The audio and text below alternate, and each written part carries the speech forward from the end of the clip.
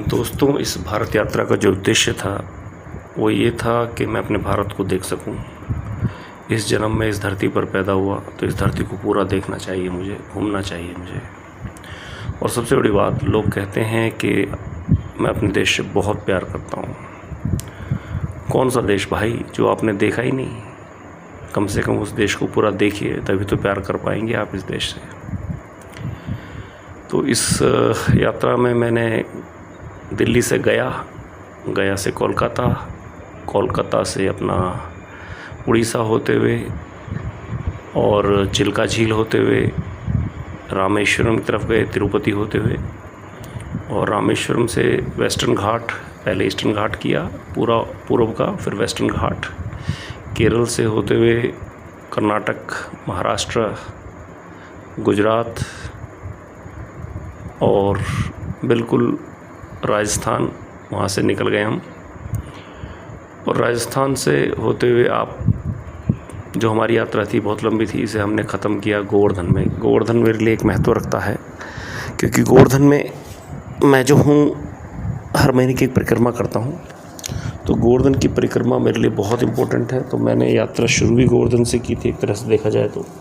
चलने से पहले मैंने अपनी परिक्रमा पूरी की 1-2 दिन पहले, और जब ये यात्रा ख़त्म करने की बारी आई तो मैंने आखिरी दिन परिक्रमा की, गोवर्धन में रुका, परिक्रमा की, और मैंने वापसी दिल्ली के लिए दौड़ लगाई।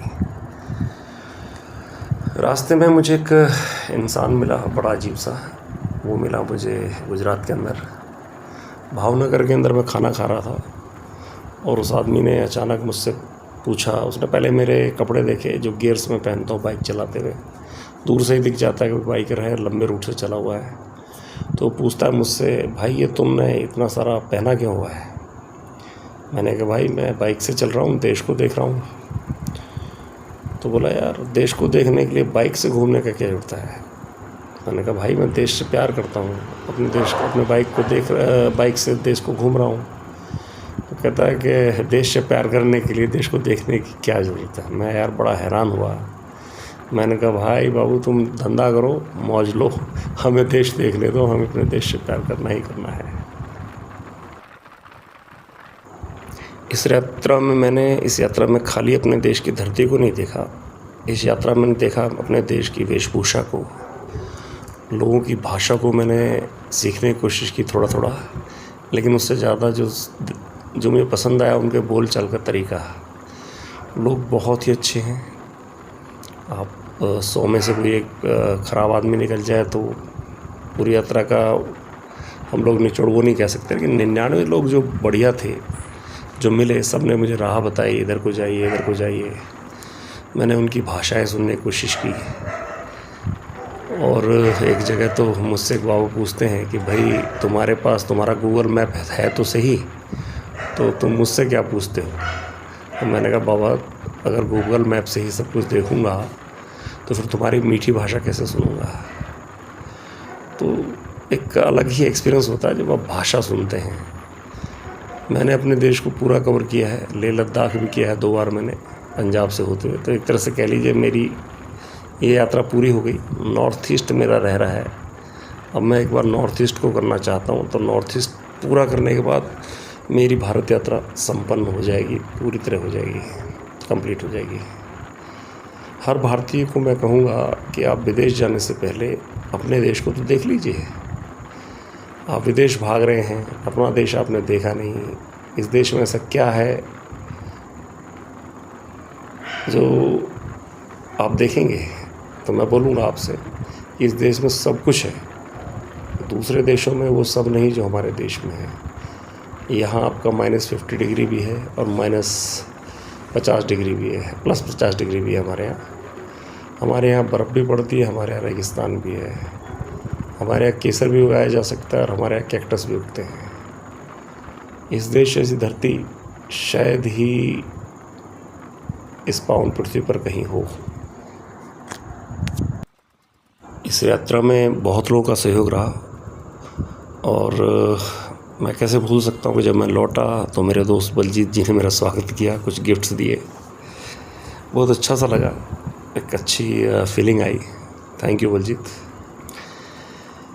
और इस भारत यात्रा के अंदर अलग अलग एक्सपीरियंस मिले। पुलिस वालों से बहुत सहयोग मिला मुझे। इवन कि एक बार तो जब कोलकाता में मैंने एंट्री की, कोलकाता से ठीक पहले मुझे एक लाल बत्ती दिखाई नहीं पड़ी, क्योंकि उसकी हाइट बहुत ज़्यादा थी।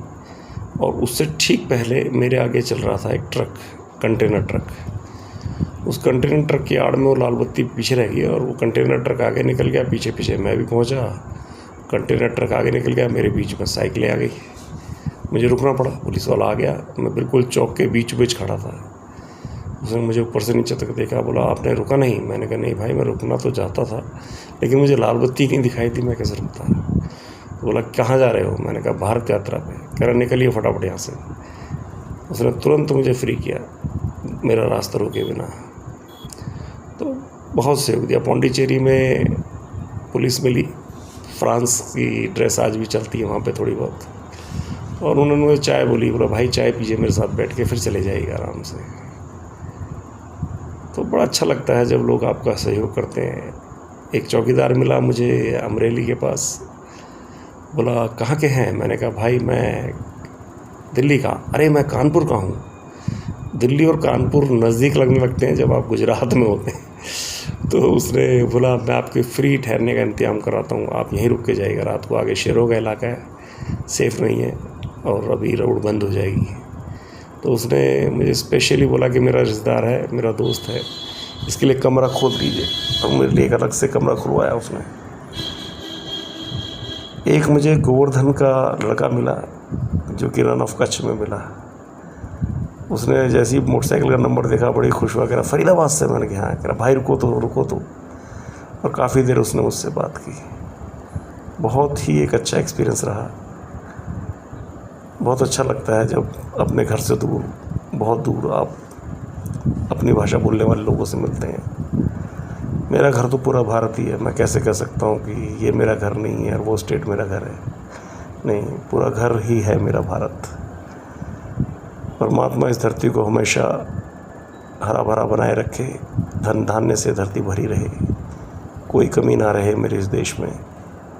लोग सुखी हों, संपन्न हों, जीवों पर दया करें, सबका ध्यान रखें, प्रकृति का भी ध्यान रखें।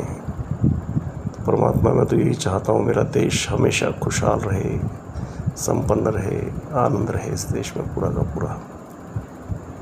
लोगों की धर्म के प्रति आस्था रहे। धर्म वो जो सबका भला करता हो, जो प्रेम करना सिखाता हो। तो दोस्तों आप भी बढ़िए आगे, मोटरसाइकिल से जाइए, कार से जाइए, चाहे फिर पैदल जाइए, कोई भी साधन लीजिए, लेकिन अपने देश को एक बार जरूर देखिए। इसकी वेशभूषा देखिए, इसका खान पान देखिए, इसके लोगों को देखिए, इसकी भाषा सीखिए।